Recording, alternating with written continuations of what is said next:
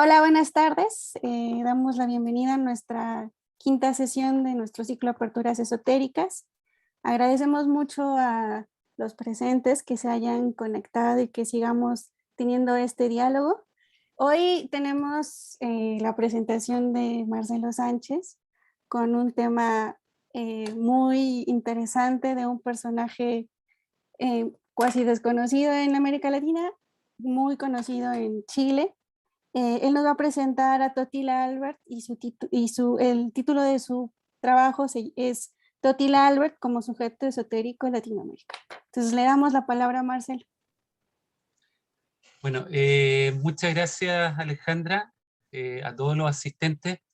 Siempre recordar al Instituto de Investigaciones Filológicas de la UNAM y al Centro de Estudios Culturales Latinoamericanos de la Universidad de Chile, que son las instituciones que nos apoyan en este viaje. Como anunció Alejandra, la sesión de hoy espero como colaborar a la difusión y el conocimiento de la obra y la personalidad de Totila Albert. Voy a compartir unas láminas de PowerPoint para apoyar esto, toda vez que la persona que vamos a compartir, a estudiar, es un escultor, es un destacado escultor modernista chileno. ¿Se ve la presentación? Ok, Sí, sí se ve. vale. Bueno, algunas cosas que... Ay, no la puedo pasar, espérate. Acá. Ahí.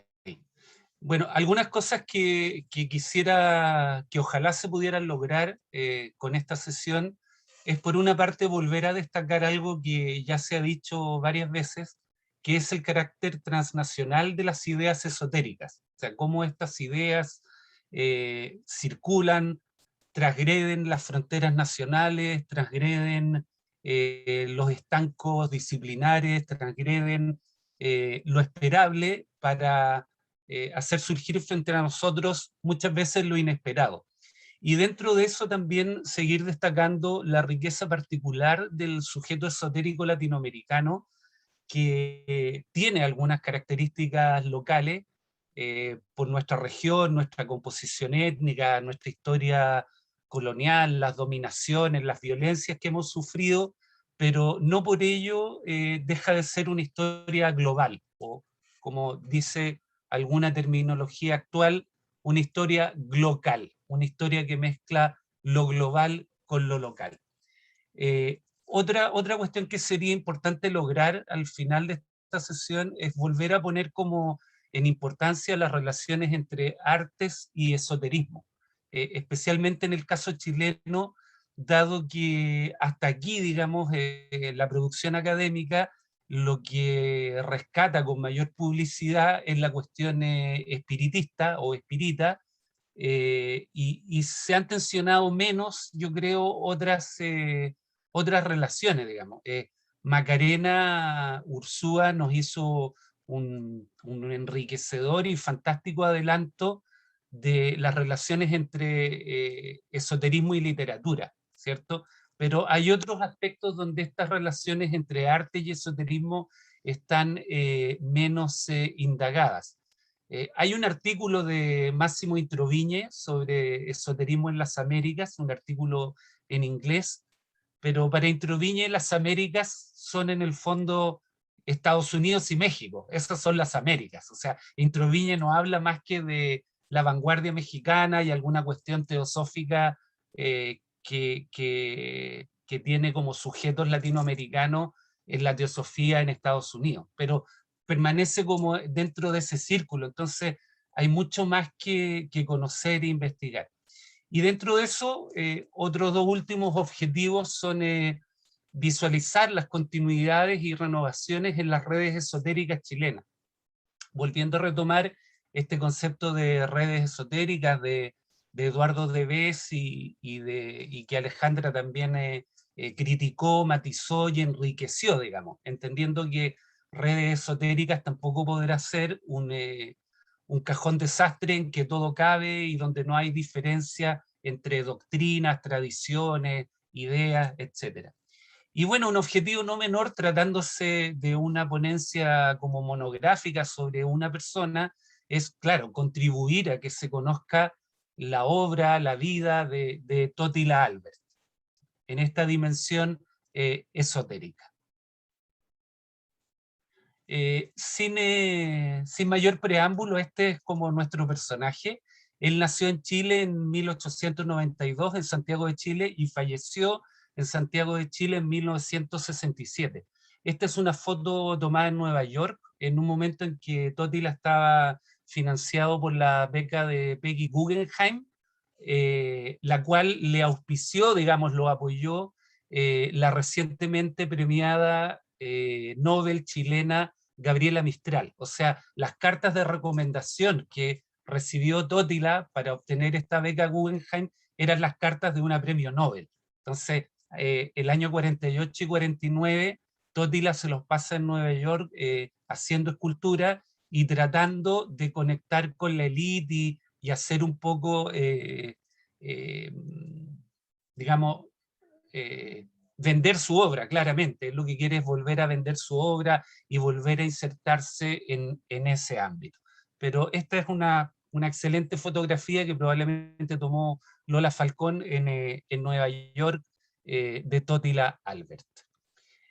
¿Quién era Totila Albert? Esto nos impone hablar de su familia, puesto que si bien él nació y murió en Santiago de Chile, Totila Albert vivió 25 o 30 años de su vida en Berlín. ¿Ya? Totila Albert es hijo de Federico Albert Taup, y don Federico Albert Taup llegó a Chile en 1889 como parte de una decena o veintena de profesores alemanes que fueron contratados para crear el Instituto Pedagógico. Este es un momento en la historia de Chile en que se habla del embrujo alemán, ¿cierto? Para reformar la educación secundaria se crea un instituto pedagógico con profesores alemanes adoptando el modelo bismarckiano, digamos. Para reformar el ejército se contratan técnicos prusianos, militares prusianos, que reforman el ejército. Para reformar la medicina chilena mira principalmente a París y sobre todo a Berlín. Entonces, se habla de este periodo como un cierto periodo del embrujamiento alemán, digamos, la influencia alemana con una potencia increíble.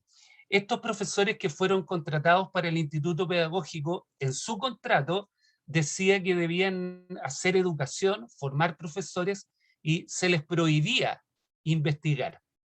Sin embargo, estos profesores finalmente son quienes dieron un impulso definitivo a la lingüística, a la antropología, a la etnografía, a la psicología. O sea, realmente su preparación académica, filosófica, intelectual, sigue presente hasta nuestros días, en la lingüística, en la etnografía, en la antropología, en la geografía.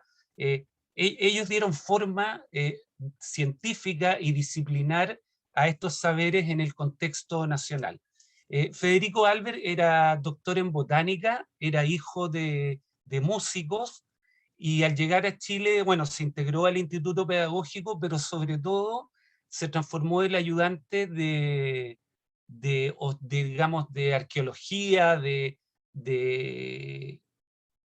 historia natural de Rodolfo Filippi, otro alemán que estaba a cargo del Museo de Historia Natural. Entonces, durante muchos años, Federico Albert se dedicó a recoger fósiles. Él es el responsable de que el Museo de Historia Natural en la actualidad tenga un esqueleto de ballena azul en su lobby, digamos, que él la fue a recoger cuando le avisaron que había varado una ballena, etcétera. Él se transformó en un arqueólogo, antropólogo, y además tuvo mucha influencia en la cuestión de la conservación. Él protegió ciertas ciudades de la invasión de las dunas, como favoreciendo la forestación. Fue el primero que habló de los recursos renovables, introdujo el cultivo del salmón a Chile. Hoy día en la actualidad Chile es el segundo exportador mundial de salmón. El primero que trajo salmón a Chile fue Federico Albert. Entonces, se le reconoce como el padre de la ecología, del conservacionismo, y varios parques nacionales en la actualidad llevan el nombre de Federico Albert, ¿ya? Entonces, Federico Albert llegó a Chile con su esposa alemana, doña Teresa Schneider, y aquí nacieron dos hermanos, Totila y su hermana Tusnelda. Son dos nombres muy... aquí la crónica decía tienen nombres bárbaros, porque no son nombres cristianos, son nombres alemanes, germanos, digamos. Entonces, aquí tenemos a Totila con 10 años, en el interior de una casa burguesa de Santiago, no sé si será su casa, pero esta es como el clan de Totila Albert. Importante destacar que su abuelo, el padre de don Federico, era un importante músico, que creó incluso un instrumento que es la cítara de 42 cuerdas. Y la familia Albert era experta en tocar la cítara, digamos. O sea, Totila tiene desde muy temprano una formación musical. Él vive dentro de un hogar en el que solo se habla alemán y comparte muchas de las aventuras de su padre viajando por el país. ¿Ya? Ahora, el matrimonio Albert de don Federico con doña Teresa se disolvió. Doña Teresa volvió a Alemania en 1911 y se llevó a los niños, digamos. Federico se quedó solo aquí en Chile, se llevó a Totila y a Tusnelda, y desde ese minuto, desde 1911 hasta 1939, en realidad Totila va a permanecer durante casi todo el tiempo en Alemania. Va a tener viajes muy significativo a Santiago de Chile, a ver a su padre, algunas experiencias que vamos a comentar, pero tiene una vida fundamentalmente alemana, digamos. En Alemania Totila perfeccionó sus habilidades musicales con su abuelo y falleció su madre en 1911 y él volvió a Santiago de Chile. Y acá en Chile, su padre, que era una gran figura intelectual de la administración, insisto, digamos, con mucha influencia, prácticamente lo obligó a estudiar astronomía. O sea, perdón, eh, agronomía. Lo obligó a estudiar agronomía, ¿cierto? Y hay algunos testimonios que hablan de que Totila, en el fondo, era muy discriminado por sus compañeros porque sufría mucho por los animales. O sea, tenía que castrar animales, entonces eso le provocaba mucho sufrimiento, y realmente él estaba haciendo todo esto solo presionado por su padre, digamos. Hasta que en algún minuto su propio padre se da cuenta de esto y constata las habilidades artísticas y le ofrece apoyo para que él vuelva a Alemania y se forme como artista, cosa que ocurre en 1915. Entonces Totila se devuelve de Santiago de Chile a Berlín, y en Berlín toma clases primero con Martín Körte, un dibujante simbolista del que no hay mucha información, pero después en la Academia de Bellas Artes de Berlín se hace alumno de Franz Metzner, y luego Franz Metzner lo invita a que forme parte de su taller privado. Y de ese taller privado Totila sale porque Franz Metzner alguna vez lo retó y lo reprendió de mala manera, entonces él decide retirarse. Pero Franz Metzner no es una figura menor dentro del arte europeo, digamos, ¿cierto? Él es el escultor de un gran monumento que hay en Leipzig, que conmemora la batalla de Leipzig de 1813, que es el monumento a la batalla de las naciones, ¿ya? Este monumento tiene un arquitecto, pero todo el decorado, toda la escultura es obra de Franz Metzner, ¿ya? Y aquí vemos lo que llaman la cripta con las guardianes de los muertos, de 1913.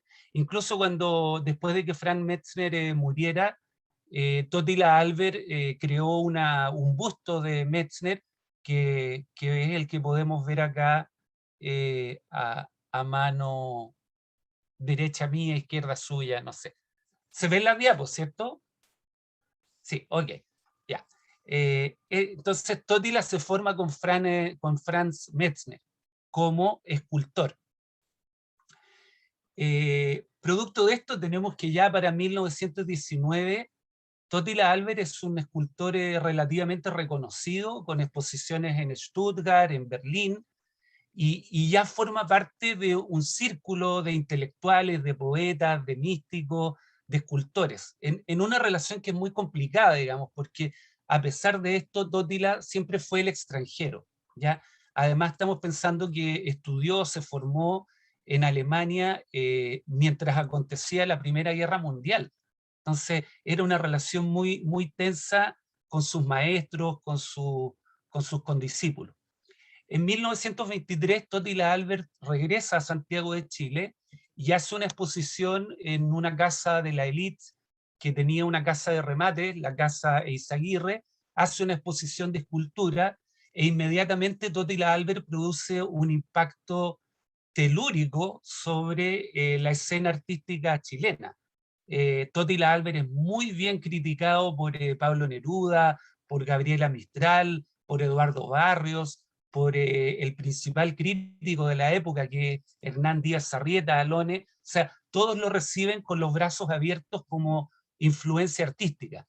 Lamentablemente él entra en cierto conflicto con otro grupo que existía en Chile, que era el grupo Montparnasse, que, como el nombre lo dice, era un grupo afrancesado que resistía esta influencia alemana, digamos. Luego, en 1928, Totila es becado por el gobierno de Ibáñez del Campo para estudiar escultura ornamental en Alemania. El 29 participa en la Exposición Iberoamericana de Sevilla y en realidad desde 1900, después de este viaje de 1923 hasta el día anterior en que se declara la Segunda Guerra Mundial, Totila Albert vive en Berlín. Es parte de la escena cultural, literaria, bohemia, artística alemana. De este periodo destacan sus amistades con artistas judíos que eran hijos de la gran burguesía judía, era gente muy acomodada, alguna de ellas, y sobre todo, hasta ahora hay otros nombres, pero yo he rescatado su amistad con dos artistas importantes que son Arno Nadel y Arthur Hollicher. Eh, ¿Por qué es importante Arno Nadel? Porque Arno Nadel fue el director musical de todas las sinagogas de Berlín. Entonces, Arno Nadel era un músico eximio, era dramaturgo, era poeta, y Arno Nadel estaba muy interesado en el taoísmo y tenía una suerte de producción poético-musical taoísta que se hacían recitales, y a este círculo pertenecía Totila Albert, ¿no? Ay, perdón.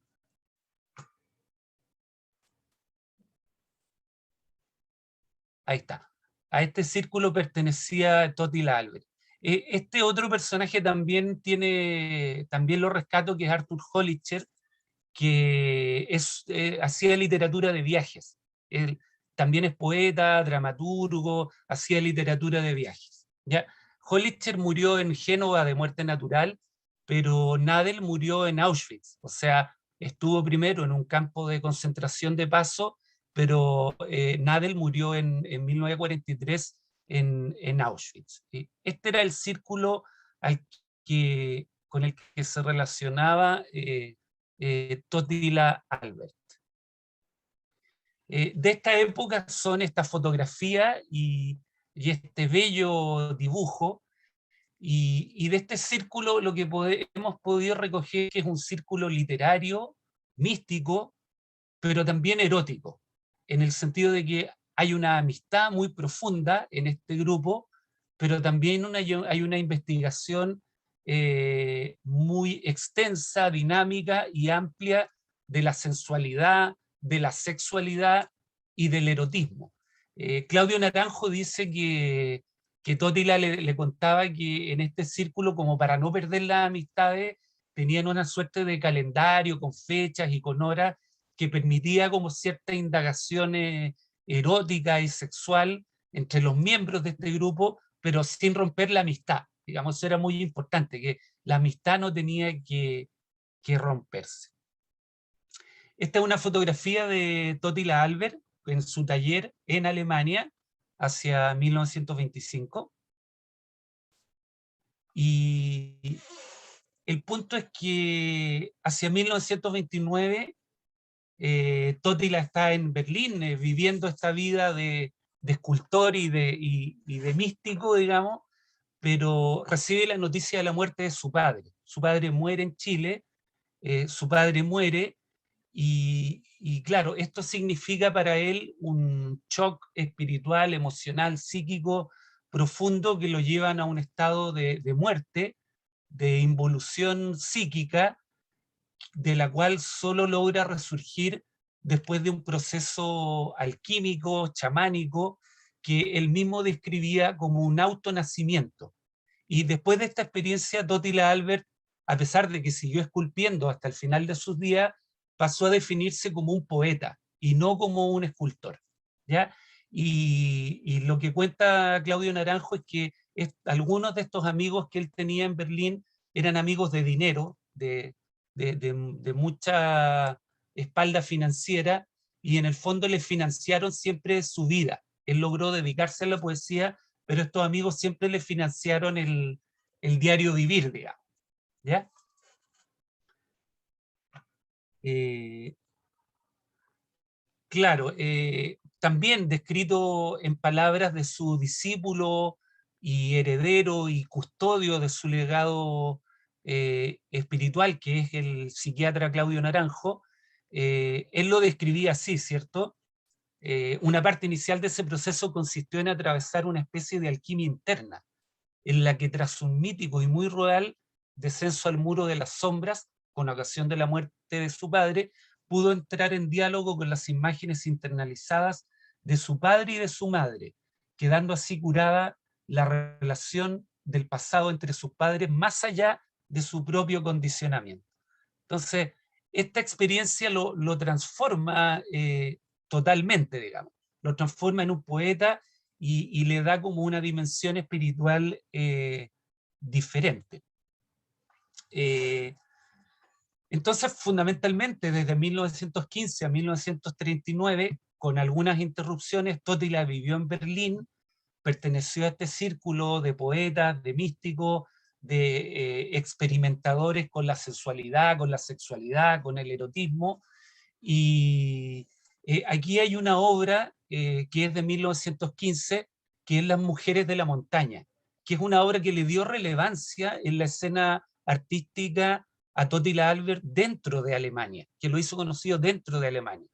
Hay una anécdota no muy fácil de constatar, y es que posteriormente el nazismo habría tenido intenciones de construir esta obra, pero que se le habría exigido a Totila Albert una adhesión como militante al partido y él se habría negado. Pero esta es una obra que le dio como cierta relevancia y que siempre va a permanecer como en la memoria, digamos, que es Las mujeres de la montaña, como una obra que iba a integrar geografía y paisaje. O sea, esta es una obra destinada a hacerse como en un lugar cósmico, ¿cierto? En una montaña.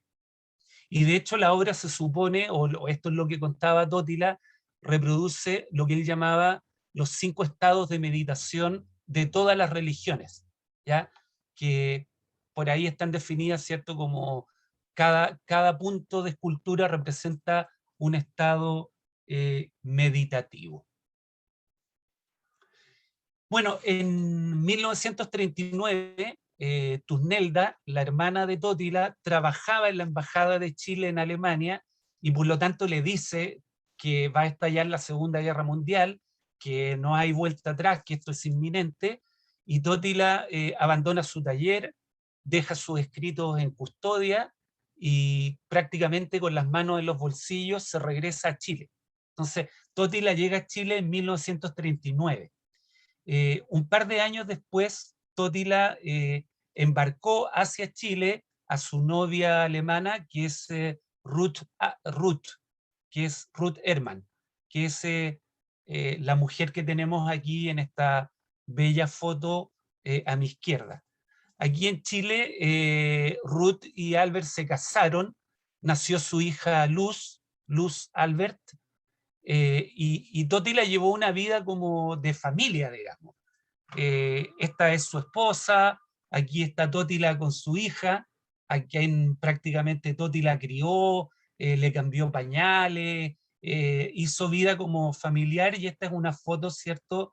Ya con Luz Albert, de 14, 15 años o por ahí, ¿no?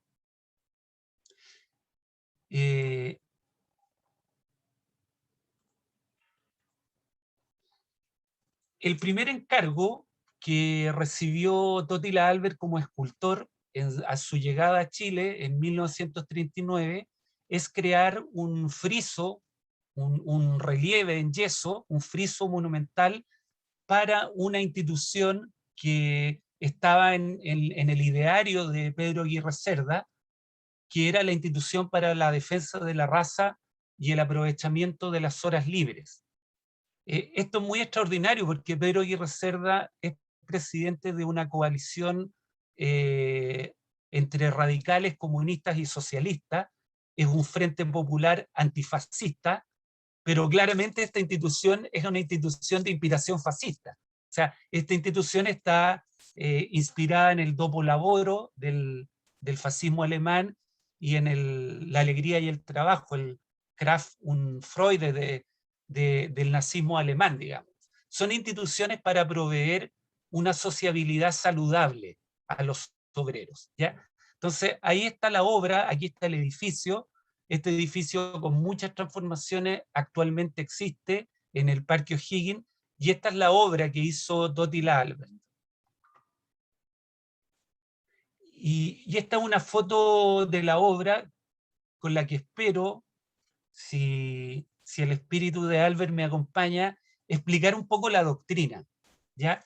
Y la doctrina de Albert en el fondo es una doctrina de crítica al patriarcado que implica un nuevo orden entre padre, madre e hijo, entendidos como potencias espirituales universales que guían el desarrollo de la especie humana de generación en generación, ¿ya? El padre apunta hacia el cielo porque implica como el pensamiento abstracto, filosófico, metafísico. La madre apunta al hijo porque implica como la nutrición, la preocupación terrestre, los aspectos prácticos de la vida. Y el hijo es como el que indaga la acción, digamos, es el hombre de la acción. Y aquí vemos al cóndor, una ave tradicional de los Andes que está en el escudo chileno, que está como tomando las entrañas del hijo, que está figurando esta iniciación chamánica, que es como la destrucción de las entrañas por un águila cósmica que produce toda esta transformación, digamos. Pero lo que propone Totila es un nuevo orden, es una crítica fundamental al patriarcado, una crítica a la monogamia, una crítica a un patriarcado que él considera obsoleto, y él lo que propone es un nuevo orden, es un nuevo acuerdo entre estas tres potencias fundamentales, ¿ya? Esto además Totila lo vinculaba con una cuestión embriológica que supongo que él conocía porque su padre era un naturalista, ¿cierto? Y es que el huevo fecundado tiene tres capas: el blastodermo, el endodermo y el mesodermo. Y cada capa produce el sistema nervioso y el cerebro, el sistema digestivo y los órganos interiores, o el esqueleto. Entonces, cada capa involucra pensamiento, nutrición o acción. Entonces, aquí hay una cuestión de correlación, digamos, que nos hablaba Guadalupe comentando a Fabré, ¿cierto? Esta relación entre micro y macro. Entonces, estos tres elementos, padre, madre, hijo, tienen que ver con pensamiento, nutrición y acción, pero además tienen que ver con el huevo fecundado, ¿ya? Y este huevo fecundado además tiene en este proceso de separación de estas tres capas un proceso que es de invaginación, que es un proceso de darse vuelta, de que estas capas se van envolviendo a sí mismas y van creando una nueva etapa. Y esto está presente en las reflexiones de Albert y en su camino, digamos. Esto es lo que él predicaba. Esta es su doctrina principal, digamos. El tres veces nuestro. Volver a articular el tres. El tres, el Padre, la Madre, el Hijo. ¿Ya? Tanto la Padre y el Madre terrenal de cada ser humano, como estas potencias universales, digamos. Pero es un nuevo acuerdo, porque este padre no es un padre violento, no es un padre impositivo, es otro tipo de padre. Espero que algo se pueda entender de lo que intento comentar de Totila. Bueno, aquí está una foto de Totila con la obra en el edificio. Si la pueden ver, aquí está como el cóndor, el hijo, y esta es la mano de la madre, ¿cierto? En 1944, un segundo encargo que se le hace a Totila Albert es un monumento de homenaje a Rodó.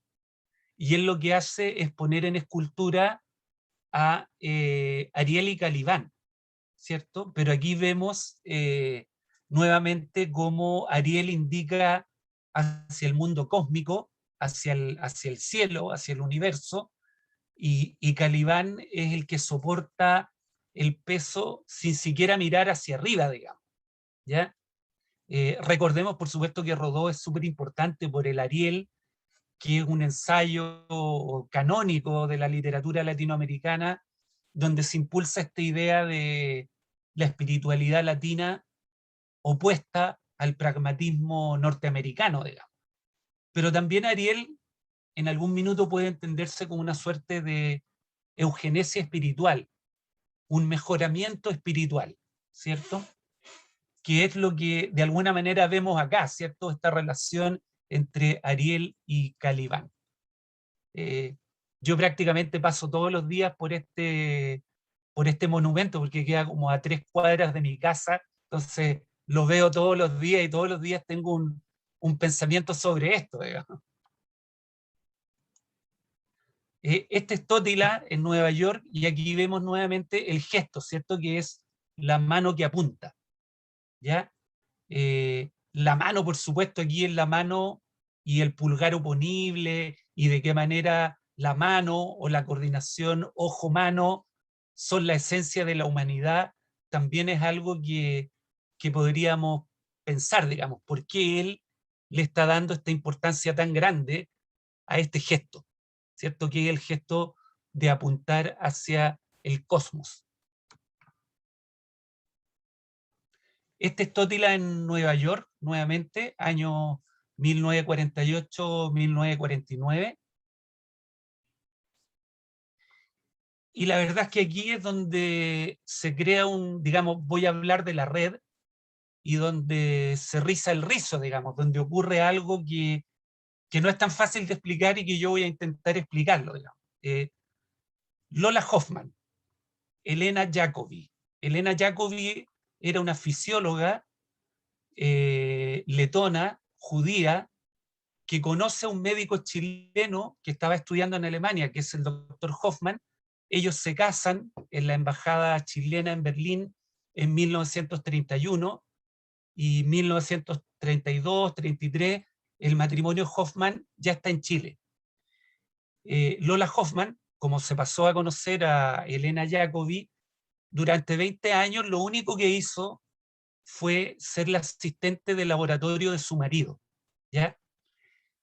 Durante el periodo de la Segunda Guerra Mundial hay un altercado en la familia, en la casa de los Hoffman, porque echan a unos alemanes que estaban haciendo campaña por el nazismo. Entonces esto se difunde entre la colonia alemana y Totila se acerca como a presentar su respeto a la familia Hoffman sin conocerlos. Lola lo hace pasar al jardín, mantienen una conversación, se enamoran y desde ese minuto empiezan a ser amantes. Entonces, Lola Hoffman y Totila Albert fueron amantes durante mucho tiempo.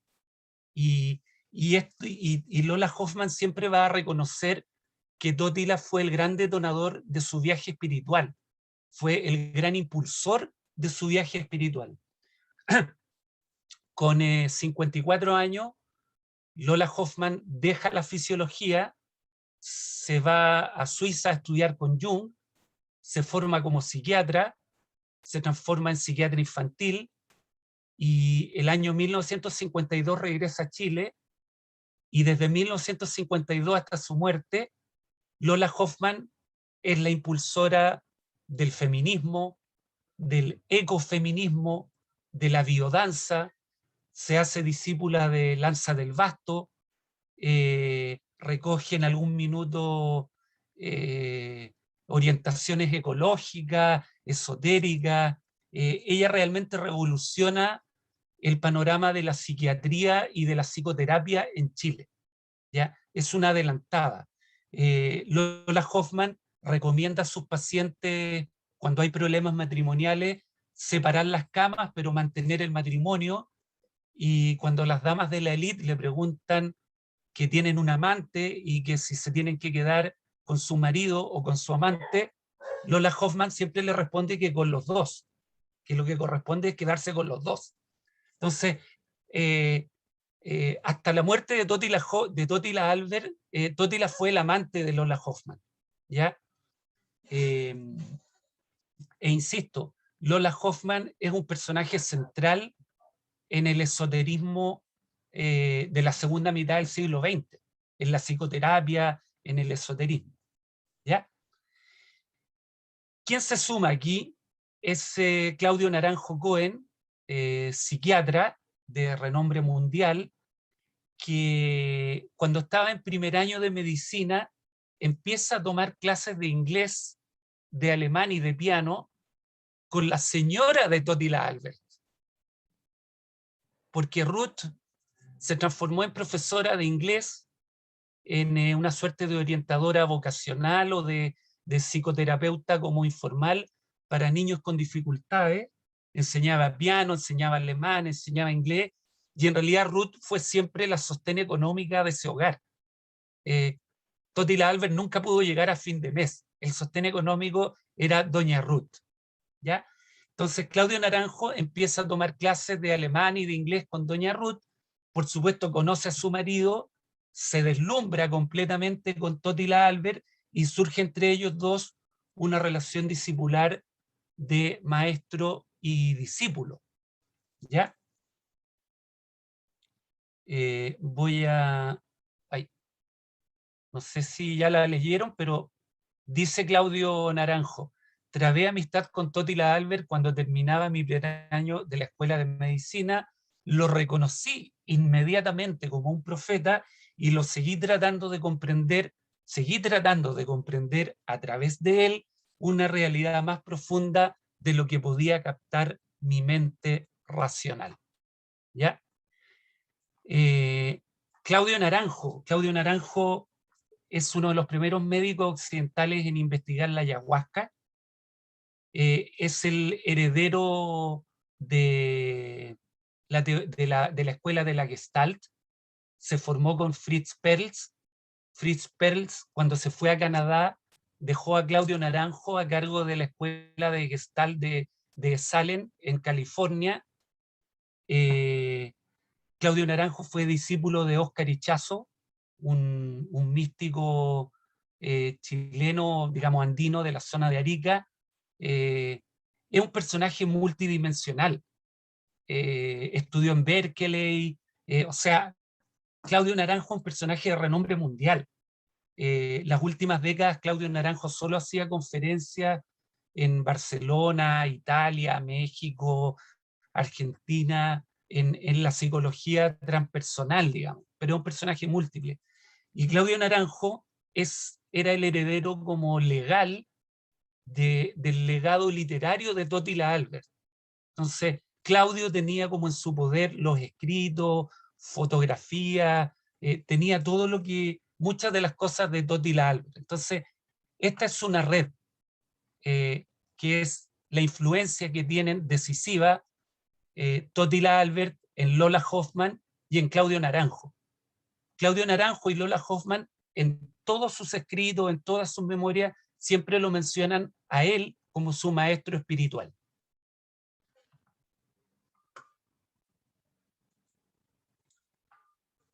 Y quienes siguieron, o quienes siguen en la actualidad, a Lola Hoffman y Claudio Naranjo, Pedro Engel, un astrólogo como de la farándula, Gastón Sublet, un filósofo místico, vivo hasta la actualidad, Humberto Maturana, un biólogo de renombre mundial, que creó esta teoría de la autopoiesis, bueno, el mismo Claudio Naranjo, Carmen Orrego, una activista por la paz y contra la dictadura militar, Gonzalo Pérez, un psicólogo transpersonal, muy respetado en Chile. Entonces, se creó una red después de estas figuras que son Lola Hoffman y Claudio Naranjo, y de alguna manera al centro de esta red lo que está en la doctrina de Totila Albert. Estas son fotos de Claudio Naranjo, ¿cierto? Como elevado como a gurú, digamos. O sea, Claudio Naranjo para muchas personas es un gurú occidental. Estas son otras obras de Totila Albert. La de la izquierda, El nacimiento del yo. La otra de la derecha, La tierra. Esta es otra obra de Totila Albert que se llama Lucifer, el príncipe de las tinieblas.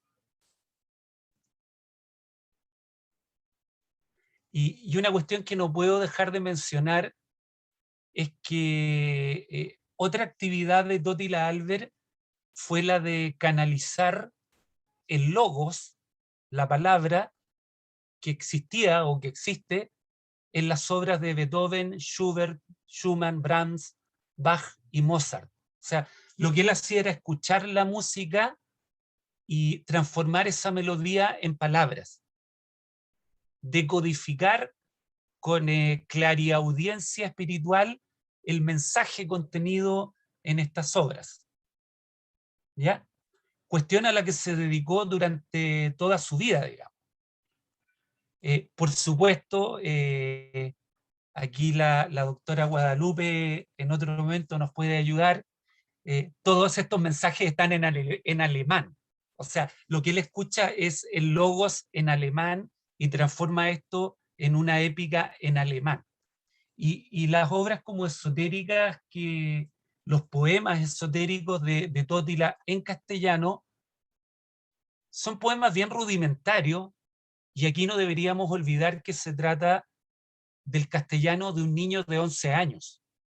O sea, después de los 11 años, el ambiente lingüístico de Totila fue siempre el alemán, y su raíz cultural fue siempre la alemana. Recordemos que en su familia también probablemente en el ambiente doméstico solo se hablaba en alemán. Entonces, en la actualidad lo que tenemos son partituras que van en la melodía. Totila le fue como escuchando cuál era el mensaje de estas obras, que es más o menos lo que tenemos acá, ¿cierto? Esto es un ejemplo de, me parece, el quinteto para clarinete de Brahms. Entonces, aquí están como la melodía, lo que él fue escuchando, y aquí está como digamos, aquí está puesto ya como sin las notas. ¿Ya? Y esto lo hizo para Beethoven, para Bach, para Brahms, para Schumann. O sea, decodificó el logos de esta música. Porque aquí la teoría es que la música conecta con el inconsciente, no con el logos, conecta con el inconsciente. Entonces, él traduce como el logos.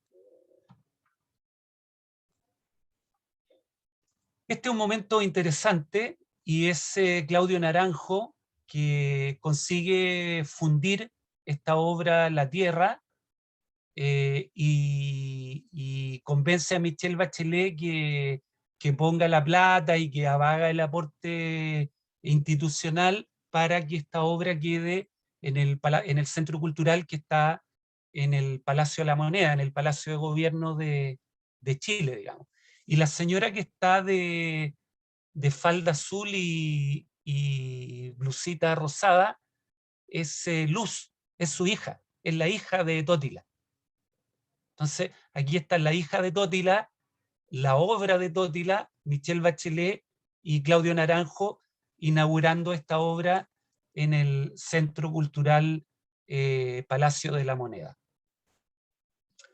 Y para ir cerrando, yo cuando inicié mi interés por Totila Albert era el año 2016, y la verdad es que rascando las capas de la web se podía encontrar la obra escultórica, pero no mucho más. O sea, descubrir este mundo esotérico, espiritual, esta iniciación chamánica, era algo más difícil, era algo un poco más intrincado. ¿Qué pasó? Que el 2017 la Fundación Gasco, que es una empresa que distribuye gas natural a las familias de Chile, que está dominada por empresarios de derecha o ultraderecha, se interesó en la obra de Totila Albert, creó una exposición que se llama Volver a la Luz, mediante la cual convencieron a Luz Albert, la hija de Totila, para que facilitara todos los yesos de Totila Albert que estaban en su poder para fundirlos, o sea, para hacer la obra en bronce. Entonces, Gasco puso como la plata, los artesanos, los maestros, la gestión, los viajes, y lograron como transformar en bronce lo poco que quedaba de la obra de Totila Albert, que estaba en yeso. Entonces, esa es la exposición Volver a la Luz. ¿Ya? Al alero de esta exposición, la Universidad de los Andes también me parece que contactó a Luz Albert y logró que Luz Albert donara, no sé si físicamente, pero permitiera la digitalización de todo lo que ella tenía de Totila Albert, que incluye álbumes fotográficos personales, estos documentos musicales, esotéricos que acabo de mostrar, archivos de prensa, cartas manuscritas, o sea, todo un vasto conjunto de patrimonio de Totila Albert. ¿Ya? ¿Qué es lo sintomático, qué es lo complejo? Que la Universidad de los Andes, en Chile, es la Universidad del Opus Dei. Entonces aquí tenemos una institución del Opus Dei haciendo patrimonio de este personaje, que es un personaje neopagano o pagano, anticristiano totalmente, anticatólico, crítico de la monogamia, crítico del patriarcado, un personaje complejo, muy complejo, pero quien lo ha patrimonializado es esta universidad, que es la Universidad del Opus Dei. Debo decir que la labor técnica que se hizo acá es de excelencia. Y obviamente yo prefiero que la obra se conserve en bronce a que los yesos se pierdan. Y prefiero que digitalicen el patrimonio a que se queme. Pero claro, la lectura esotérica aquí quedó como totalmente velada o quedó direccionada como discurso estético, ¿ya? Y se pierde esta dimensión como revolucionaria o más bien subversiva que tiene el discurso antipatriarcal.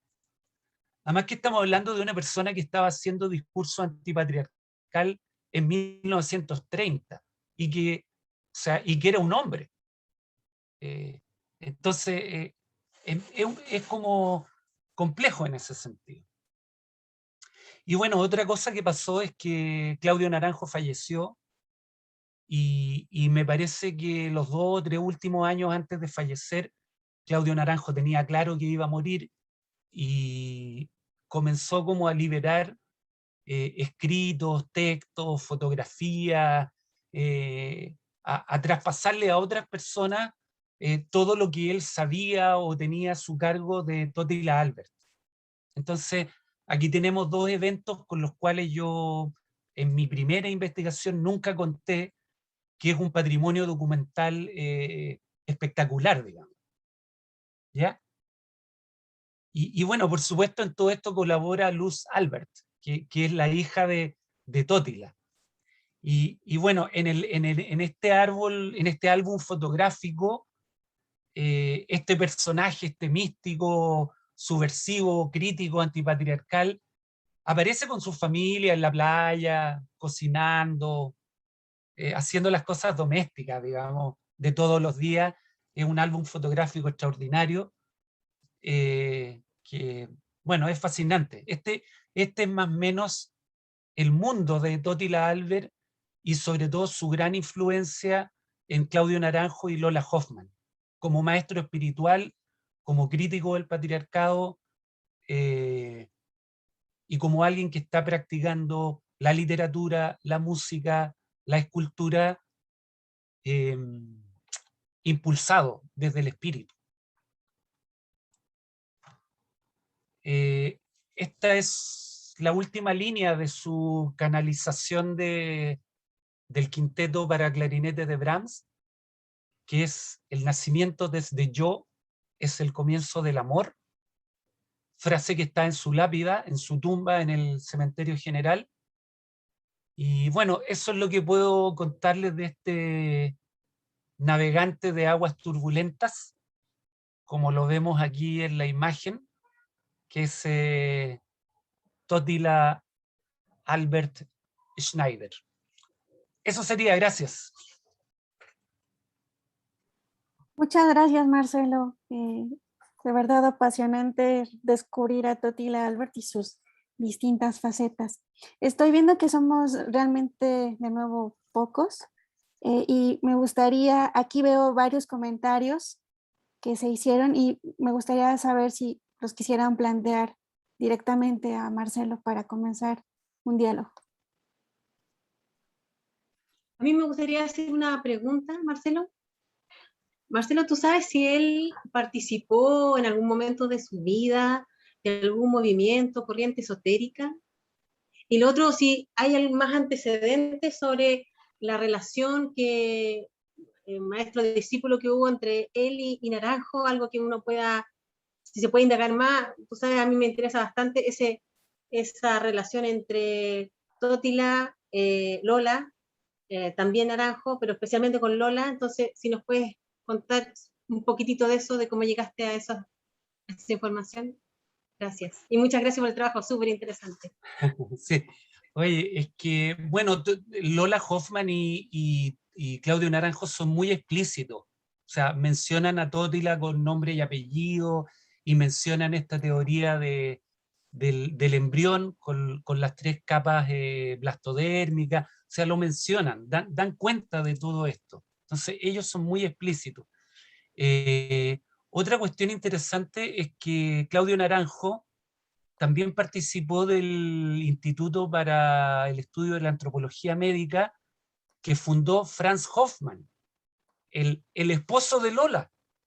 O sea, Claudio Naranjo además era discípulo del esposo de Lola, ya justo antes de que el doctor Hoffmann tuviera un derrame cerebral y quedó en su casa, y Lola lo cuidó los últimos 10 años de su vida. ¿Ya? O sea, Lola y Franz Hoffmann nunca se separaron. Lo que sí hicieron fue separar las camas y cada uno tenía su vida sentimental por su lado, digamos. Pero nunca se separaron, nunca destruyeron la familia, digamos. Y eso por el lado de Claudio, de Lola, ellos son muy explícitos en señalarlo. Y sobre Totila, claro, ese círculo de dramaturgos, poetas, pensemos en el Berlín de finales de los 20, de la década del 30, era un círculo esotérico, místico. O sea, hay algunos ahí que están interesados en el esoterismo. Sobre todo, muy interesante este personaje, Arno Nadel, que hacía una mezcla entre poesía, música, cábala, judaísmo, eh, pero me parece que no son grupos organizados. Y otra cuestión importante es que Totila sufre este proceso alquímico como un proceso autocontenido. O sea, es un proceso que se despierta por la muerte de su padre, que lo lleva a este viaje por los abismos, pero desde donde él sale hasta donde podemos saber, por su propia dinámica psíquica, por su propia dinámica espiritual. ¿Ya? Entonces, yo no tengo noción de que Totila Albert perteneciera a nada organizado con nombre, con carné, con revista, con nada. No me consta, no lo sé. Una respuesta preliminar, pero claro, el mundo personal de Lola, de Claudio y de Totila es un mundo riquísimo que recién estamos conociendo. Recién estamos conociendo. Sí, por lo que tú señalas, quizás por una cosa más de tiempo, pero en el futuro yo creo que sería súper interesante indagar, por ejemplo, de ese círculo que tú mencionas, si a lo mejor parte de esos artistas o ese círculo intelectual que lo rodeaba, sí participaba, no sé si de la teosofía, el espiritismo, etcétera, y saber si recibió alguna influencia de parte de ellos, y a lo mejor, claro, quizás en Alemania puede que haya registro de que a lo mejor participó de alguna otra organización. Sería súper interesante eso. Muchas gracias. Sí, es Una, que una, Arno Nadel no era un personaje menor. O sea, si el nazismo lo persiguió como para mandarlo a Auschwitz, es porque era una figura importante. Arno Nadel era el director musical de todas las sinagogas de Berlín. Entonces, Arno Nadel era un personaje importante y Arno Nadel estaba muy interesado en el taoísmo. Bueno, en el taoísmo y en Lao Tse. Ya, recordemos, por ejemplo, Lola tradujo del alemán de Wilhelm el I Ching. Entonces, aquí hay una vertiente también con el esoterismo oriental. Sí. Muchas yo gracias. antes, como para darle la palabra a Antonia, preguntarle a Claudia sobre Lola Hoffman. ¿Qué nos podría, como en esta relación, ¿no?, entre Totila Albert y Lola Hoffman, cómo podríamos ubicar a Lola Hoffman? ¿A mí o a Claudia? No, a Claudia, a Claudia. Ah, Bueno, ya presentó Marcelo más o menos la figura de Lola. Por ejemplo, en el tema que yo he investigado, hay muchos autores que la denominan a ella como la madre de la espiritualidad en Chile. Entonces, ella, por ejemplo, en el tema que yo investigo, es como el eslabón, por ejemplo, en el caso de, en la investigación de Marcelo menciona, por ejemplo, a Gonzalo Pérez. Gonzalo Pérez forma parte del círculo de Lola Hoffman, y él siendo muy joven, era psicólogo, es ella la que le hace el link, por ejemplo, con Héctor Sepúlveda, que era músico y se había formado como astrólogo en Inglaterra. Entonces, con este círculo, por ejemplo, parte este hoy día reconocidísimo astrólogo formador de nuevas generaciones, con el que han estudiado, por ejemplo, el mismo Engel estudia astrología con Pérez. Pero la figura, yo creo, de Lola es importante, claro, por todo el trabajo que ella hace con su interpretación de los sueños, hace una serie de talleres que duran muchos años, y en su casa, en la casa, como bien dice Marcelo, de los Hoffman, se producen cosas muy importantes. Por ejemplo, el primer curso de iniciación esotérica que hace Marco Antonio Leti, lo hace en la casa de Lola Hoffman. Entonces, todo pasa en la casa de Lola Hoffman, es muy interesante eso. sí, Ya. es que tenemos que pensar que Lola Hoffman inició su formación de psiquiatra a los 54 años y vivió como hasta los 89. Entonces, a pesar de que empezó a los 54, son 30 años de donde tú puedes ver a Lola Hoffman en la ecología, en los ovnis, en la psicoterapia, en la psiquiatría farmacológica, en la biodanza. O sea, Lola Hoffman, claro, es un pilar fundamental en muchas cosas. Perdón que meta la cuchara, yo creo que también sería interesante preguntarnos cómo ella también tiene influencia en Totila. Sí. Es que, claro, es que cuando ellos se enamoran, Lola solamente era como la que le adormecía a los perros y limpiaba a los perros antes de que el doctor Hoffman los operara. Si ella eso era lo único que hacía, ella tenía una formación científica de excelencia, pero el doctor Hoffman la relegó al rol de ayudante de campo quirúrgico. Entonces ella lo único que hacía era operar perros. Y de hecho su viaje espiritual comienza porque ella tiene unos sueños donde los perros le hablan y ella decide como a partir de ahí se interesa en Jung y se va a estudiar con Jung.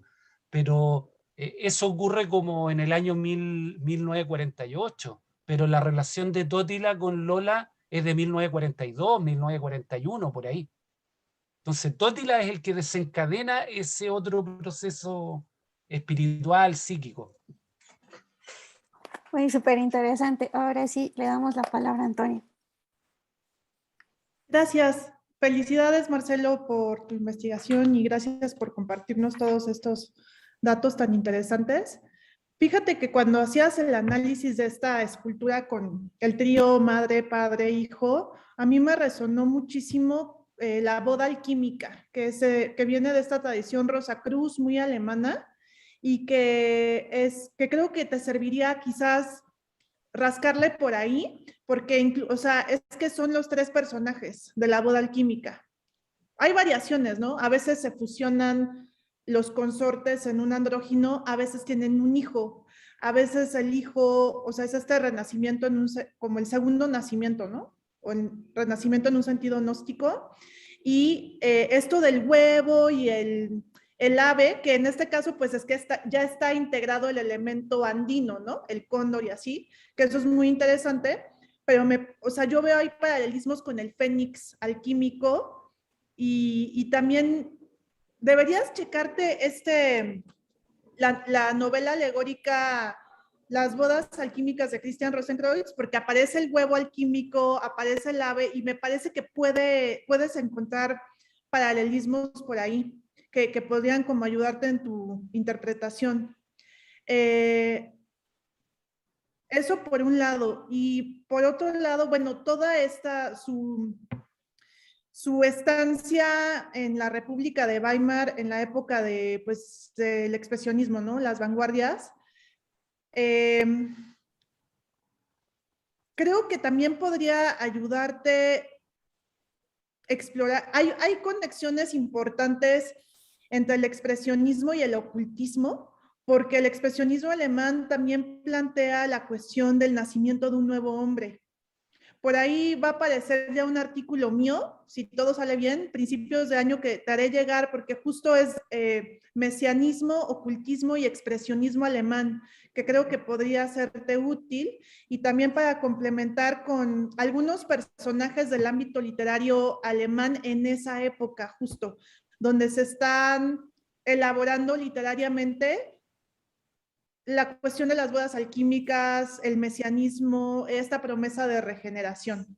Entonces, nada más como darte quizás coordenadas que puedan ayudarte. Digo, no estoy segura de que se conecten, pero si anduvo por ahí, es muy posible. Que conocía, por ejemplo, al escritor Gustav Meyrink, los círculos ocultistas alemanes, que yo creo que no van a ser los ariosóficos, aunque quién sabe, puede que sean los teosóficos, ¿no? Entonces está la figura ahí de Franz Hartmann y los, bueno, habría que ver, ¿no? Y también la tradición Rosacruz, creo que esta tradición alquímica que es muy alemana, ¿no? Entonces, era nada más mi comentario, ojalá pues te dé ahí quizás unas coordenadas, ¿no? Pero muchas felicidades por tu investigación. Muchas gracias, Guadalupe. ¿Alguien más Sí. quisiera hacer algún comentario? Oye, no, muchas gracias, Guadalupe, porque tenemos como todo este caudal de escultura, textos, que lo podemos describir, pero claro, lo que falta es como esta profundidad cultural, cruzarlo con este momento. Entonces me hizo todo el sentido lo que tú mencionas, digamos. O sea, me parece súper coherente lo que dice, porque, claro, puede ser muy ingenuo interpretar esto como ab ovo, o sea, como desde la nada, como que él se lo inventó, digamos. Por más de que él lo dice, o sea, él igual habla de un autonacimiento y de una cuestión muy autocontenida, digamos. No, aquí no se ve como ni una escuela, ni un maestro, sino que su viaje interior, digamos, que él lo sufre, lo padece. Él le cuenta a Claudio Naranjo que sufrió grandes dolores en la pelvis, que Claudio Naranjo interpreta como apertura de chakras, digamos. energético. Pero todo esto en un proceso muy personal, muy, muy íntimo.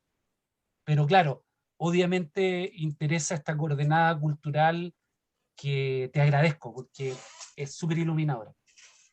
Es que sabes qué, que finalmente la alquimia, la buena, es personal, es del adepto, ¿no? Es una alquimia, pues como esto que él plantea, ¿no?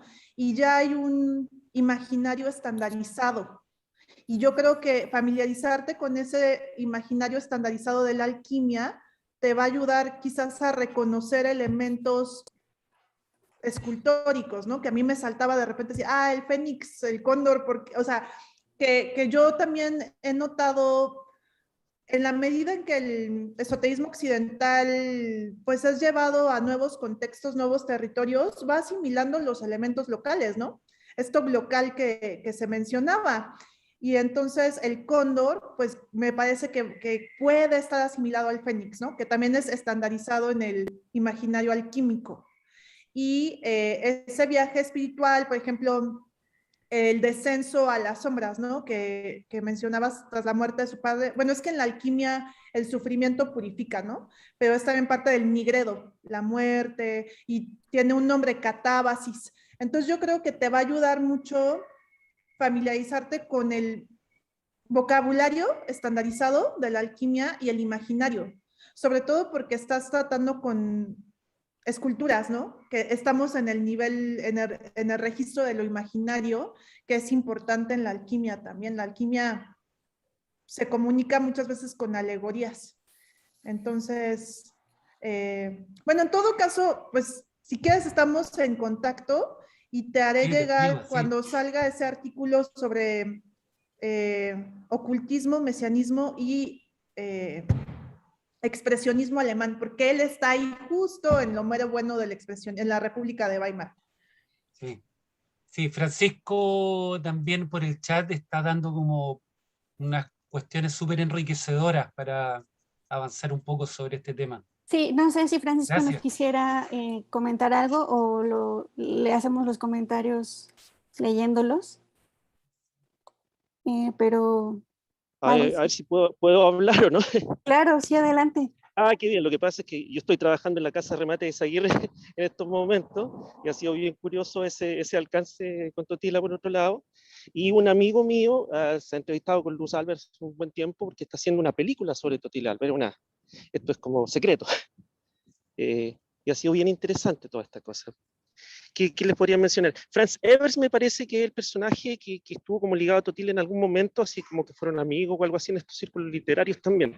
Eso recuerdo que lo vimos en una nota, parece que en un libro de la biblioteca, porque alcanzamos a ver los libros, algunos libros de la biblioteca de Cannabis, esta cosa, con este amigo. Eso es lo que les puedo como comentar.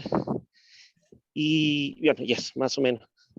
Lo que quería agregar era que posiblemente hay un vínculo, como todas estas cosas como literarias y esotéricas se mezclaban en esa época con la idea de la Levas Reforma, la reforma de la vida, el Monte Verita, todo ese asunto.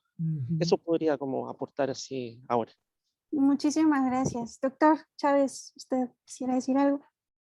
Bueno, no, yo lo que quería era felicitar a Marcelo, porque pues para mí ha sido una revelación el artista, el medio, la vida. Yo la verdad no tenía mayor referencia. De Claudio Naranjo, por supuesto que sí, porque bueno, como bien mencionaban, pues es una figura súper conocida, pero digamos, todo lo demás ha sido realmente pues una revelación en el mejor de los sentidos de la palabra, y pues me alegra que se esté en este sentido investigando una figura que seguramente va a interesar a muchas otras personas, más allá del ámbito natural chileno, digamos, que pueda tener en esta revisión ya más a escala latinoamericana de personajes notables. Ahora, sí, de alguna forma, yo aconsejaría, retomando la línea, lo que había señalado Claudia, de tratar de ver si es posible establecer, digamos, dentro de esa diversidad de influencias en Totila Albert, la posibilidad de identificar ciertas corrientes esotéricas específicas, ¿no? Y para de alguna manera superar esto de esoterismo, misticismo, psiquiatría, chamanismo, que uno sabe que en la práctica, en la realidad, todo viene junto, ¿no? Pero al mismo tiempo sería interesante una revisión más analítica, si es posible, con base en toda esa documentación que exista, de establecer, digamos, de identificar instituciones o grupos específicos. Y es que pienso en, no sé por qué, me he acordado mucho de lo que pueden ser otros autores, escritores, artistas, Schul Solar en Argentina, por ejemplo, donde también en un principio, cuando empezaba la investigación, como que había como una gran diversidad de influencias, pero con el paso de los años se han ido identificando, ¿no?, grupos específicos, incluso, bueno, el contacto con Crowley en Inglaterra, etcétera, etcétera, ¿no? Entonces, creo que eventualmente eso podría pasar aquí, ¿no? Que en un primer momento es como la totalidad, el asombro, el deslumbramiento de la diversidad de posibilidades que están ahí, pero luego ir haciendo como acercamientos más específicos, ¿no? Que nos permita, por ejemplo, identificar corrientes, dado la presencia o su vínculo con lo alemán. Antonia hablaba de la posibilidad de la ariosofía, la teosofía alemana con Hartmann, que es tan interesante, la antroposofía de Steiner, que por otro lado ha tenido una presencia en Chile. Entonces, ir viendo hasta dónde, digamos, es posible hacer este tipo de identificaciones. Aunque les digo, es más para el análisis de uno como investigador, porque lo que uno se encuentra luego es como la presencia simultánea de muchas cosas. Es lo que ocurre aquí también con alguien como Remedios Varo o con Leonora Carrington, ¿no? También artistas plásticas, ¿no? Que uno de pronto quisiera decir, bueno, pero ¿qué es lo que está ahí? ¿Es Gurdjieff o es este otro? Y de pronto sí hay corrientes que influyen más, ¿no? Pienso Gurdjieff para Remedios Varo, ¿no?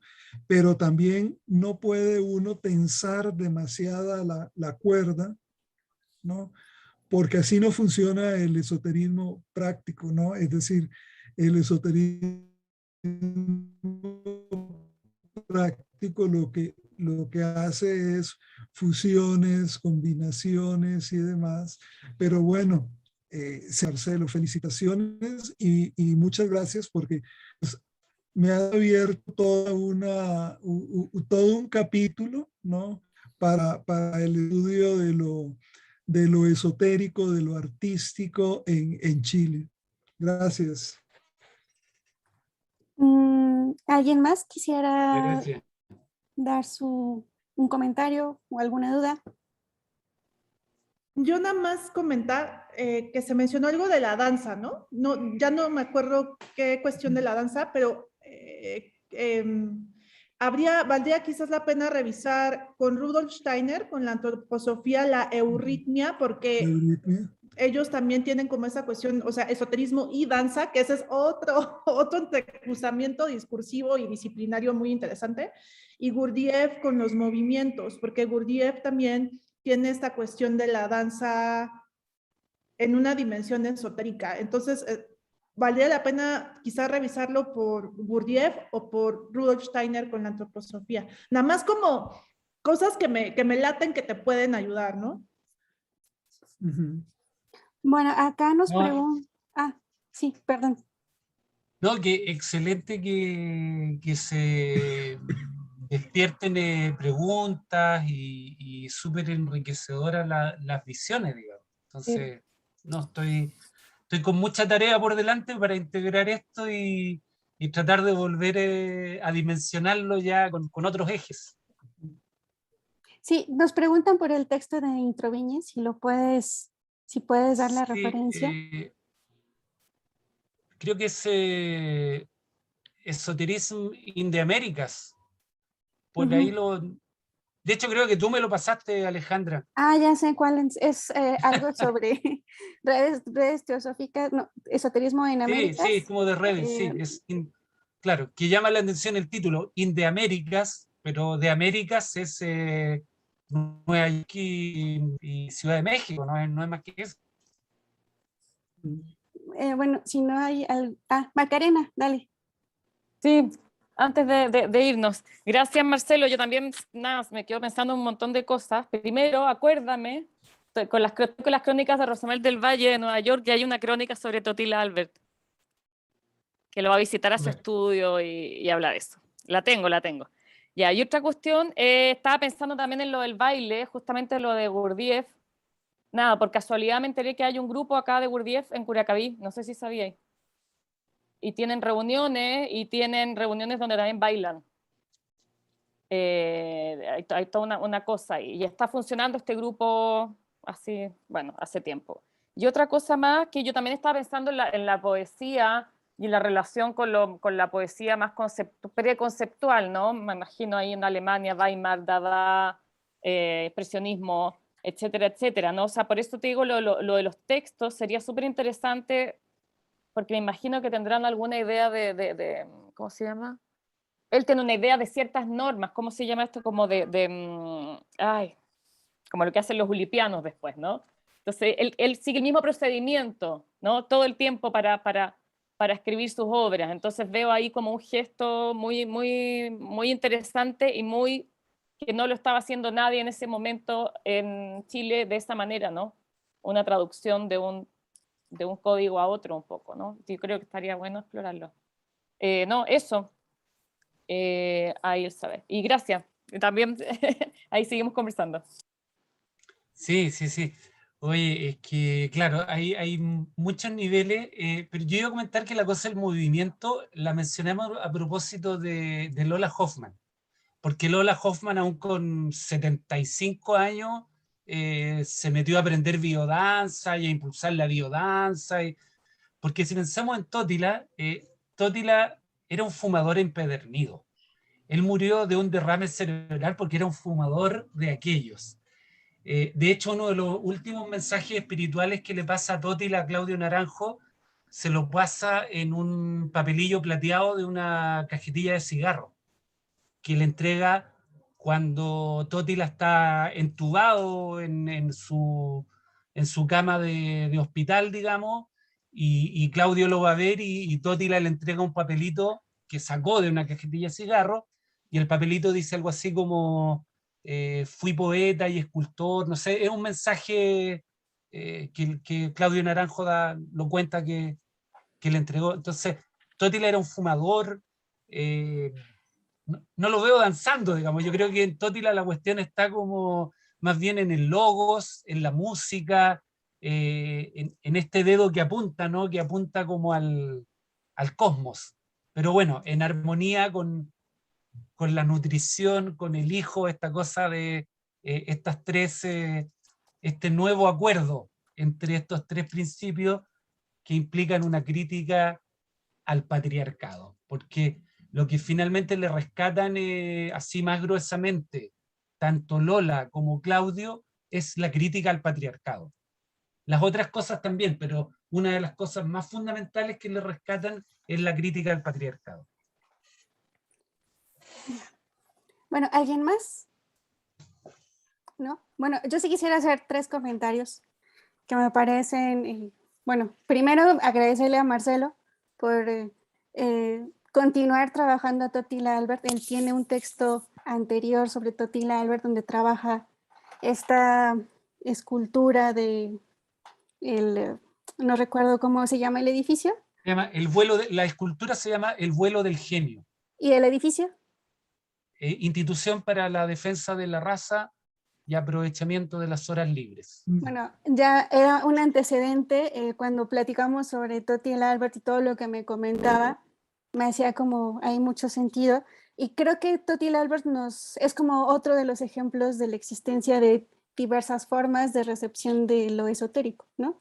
Que no necesita necesariamente militar en alguna organización esotérica, pero que en realidad esos elementos esotéricos están ahí presentes, ¿no? Creo que sí son bien pertinentes los comentarios cuando nos recomiendan como hurgar un poco más de dónde viene cada una de las expresiones esotéricas que se encuentran en Totila Albert. Pero eso a mí me pareció Totila como un individuo con mucha potencia, ¿no? Para este tipo de lecturas. Después, Gabriela Mistral, ¿no? Gabriela Mistral como esa patrocinadora, ¿no? De ciertos personajes con características muy particulares. No solo a Totila Albert, yo la sesión pasada comentaba que también patrocinó a Salarrué con Cuentos de Barro, y fue la primera que planteó sacar Cuentos de Barro de El Salvador, ¿no? Y fue, bueno, ya fue el vínculo por el cual Cuentos de Barro se hace un boom, ¿no? O sea, creo que es el texto, los Cuentos de Barro como más editado de la historia de El Salvador. Y creo que en ese sentido es bien interesante ver cómo se van estableciendo los vínculos con ciertos personajes que tienen cierto perfil para Gabriela Mistral, ¿no? Me parece que ahí ella sí se acomoda como una articuladora de un discurso, ¿no? Me parece. Y después, esto que señalas del rescate de las fuentes, ¿no? Eso me parece bien interesante. Como yo no sé si estas pues estos actores que tú ubicas como de derecha y ultraderecha se den cuenta de la potencialidad del discurso de Albert, ¿no? No solo de los poemas, de la música, sino del discurso gráfico, no sé, o sea, eso me pareció bien interesante, ¿no? Porque parece que le están dando como una lectura muy particular a la obra y le están dejando de lado como todo esto que tú rescatas, ¿no? El hombre antipatriarcal, el ecofeminista, ¿no? O sea, todo por lo cual están este tipo de figuras como Lola Hoffman y Claudio Naranjo siendo vinculados con él. Sí, oye, no, muy bueno los comentarios. Lo de Gabriela Mistral, claro, ella le auspicia, le da una carta para que él se presente a la beca Guggenheim. Entonces, claro, cuando una premio Nobel te auspicia tu beca, yo creo que es bien probable que te la den. Pero Gabriela ya lo alabó mucho en 1923, o sea, Sí, esa sí. exposición de la Casa Izaguirre de 1923 realmente conmovió el ambiente cultural local, digamos. Y para ir cerrando, claro, el presidente de Gasco y de la Fundación Gasco, su esposa es en la actualidad la encargada del programa cultural del candidato José Antonio Kast, que es un candidato de ultraderecha, digamos, o sea, es el candidato que está proponiendo eliminar el Ministerio de la Mujer, crear una red latinoamericana de persecución de personas de izquierda, liberar a los presos por derechos humanos, aumentar la jubilación de los militares, o sea, el candidato, digamos, casi pro-nazi, digamos. Entonces, la encargada cultural de ese programa es la esposa del presidente de Gasco y de la Fundación Gasco. Y además tenemos esta universidad del Opus Dei, enclavada en lo alto de la cordillera chilena, aislada totalmente del resto de la sociedad, en unas construcciones paradisíacas de primerísimo mundo, que se encarga de digitalizar este material. Entonces, en el hecho de haber traído los yesos desde la casa de Luz Salbert a Santiago, fundirlos en bronce, o sea, hay una inversión multimillonaria.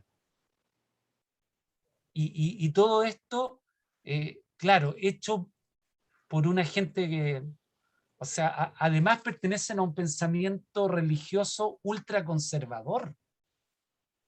Entonces desvían la cuestión como hacia el tema estético, y yo creo que se pierde ese potencial subversivo que tiene como la cuestión antimonogámica, antipatriarcal, o sea, no sé.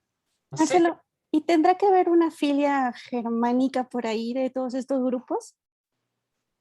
No se ve, yo creo que hay un enamoramiento por el arte, es un programa de un magíster en patrimonio cultural, entonces esto le venía muy bien como práctica para sus estudiantes, porque realmente lo hicieron súper bien, o sea, lo hicieron súper bien, pero hay algo difícil todavía de digerir en que sea como ese grupo de élite ultraconservadora católica,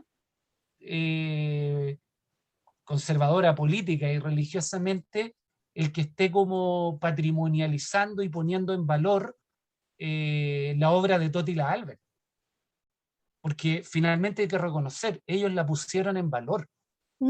Ellos la pusieron en valor. O sea, la exposición de Gasco, Volver a la Luz, durante 2 años estuvo en la prensa, estuvo abierta a público, reflotó la figura de Totila Albert, o sea, lograron crear un impacto muy notable.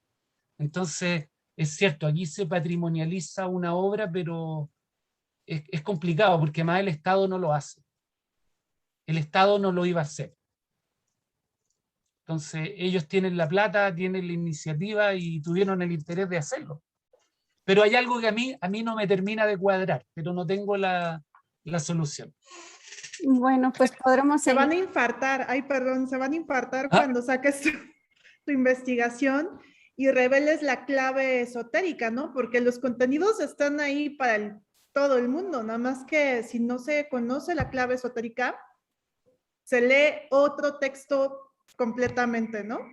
Entonces ya nos platicarás cuando publicas tus investigaciones, la reacción, ¿no? Quizás. Ojalá no retiren el apoyo, habría que ver.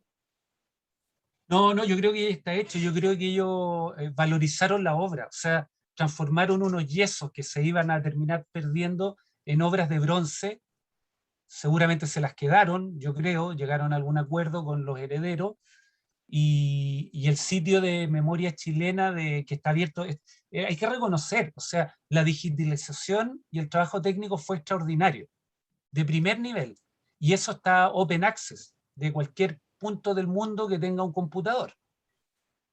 Entonces, han hecho un aporte que yo valoro muchísimo.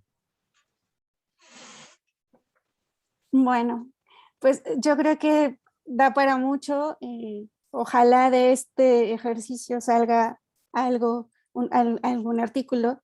Y pues por el momento damos por terminada nuestra 5ª sesión de aperturas esotéricas. De nuevo agradecemos al Centro de Estudios Culturales Latinoamericanos de la Universidad de Chile y al Seminario Permanente de Estudios sobre Esoterismo desde América Latina del Instituto de Investigaciones Filológicas de la UNAM. Y los esperamos el próximo jueves con nuestra última sesión a cargo del doctor Chávez, que nos hablará de literatura comparada y esoterismo. Entonces lo dejamos hasta aquí. Muchas gracias. Nos vemos el próximo jueves. Gracias a todos y todas.